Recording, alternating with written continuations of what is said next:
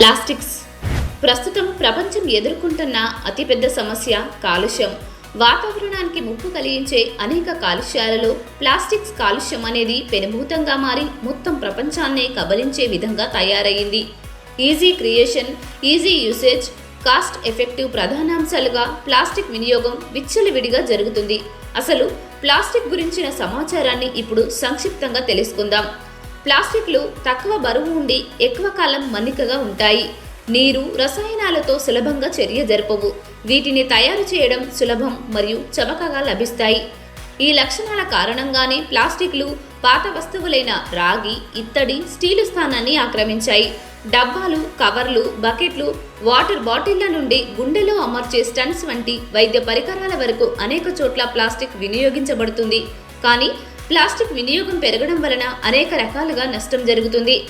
Plastic ఒక కృత్రిమ polymer. మొదటగా 1856లో ప్రకృతిలో లభించే సెల్యులోస్తో పార్కెసిన్ అనే ప్లాస్టిక్ను కనుగొనడం ద్వారా అలెగ్జాండర్ పాక్స్ అనే బ్రిటిష్ శాస్త్రవేత్త ప్లాస్టిక్ను పరిచయం చేశారు.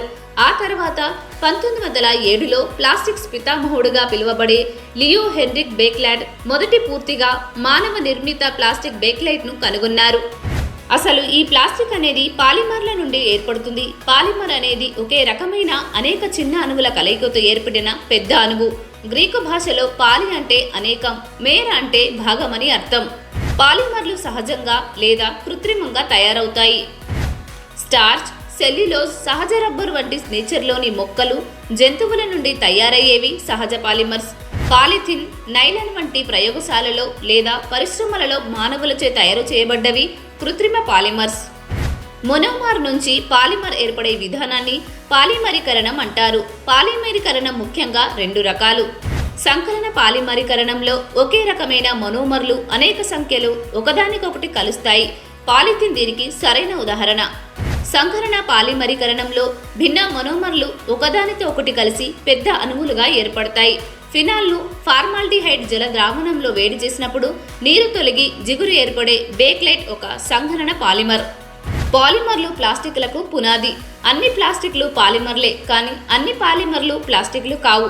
ఉదాహరణకు DNA, రబ్బర్, సెల్యులోజ్ వంటి సహజ పాలిమర్లు ప్లాస్టిక్లు కావు. ప్లాస్టిక్లను థర్మోప్లాస్టిక్, థర్మోసెట్టింగ్స్ ప్లాస్టిక్లు అని రెండు రకాలుగా వర్గీకరించవచ్చు. థర్మోప్లాస్టిక్లు వేడి చేస్తే కరిగి చల్లార్చినప్పుడు మామూలు స్థితికి వస్తాయి. ఇవి రీసైక్లింగ్కు అనుకూలమైనవి. యాక్రిలిక్, నైలాన్ మరియు టెఫ్లాన్ మొదలగునవి థర్మోప్లాస్టిక్కు ఉదాహరణలు.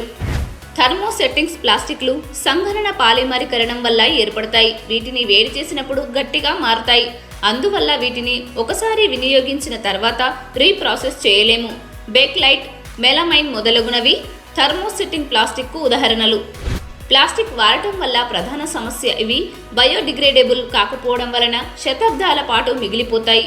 వీటి వ్యర్థాలు భూమి, నీరు, సముద్రాల్లో పేరుకుపోయిన భారీ కాలుష్యానికి దారితీస్తున్నాయి.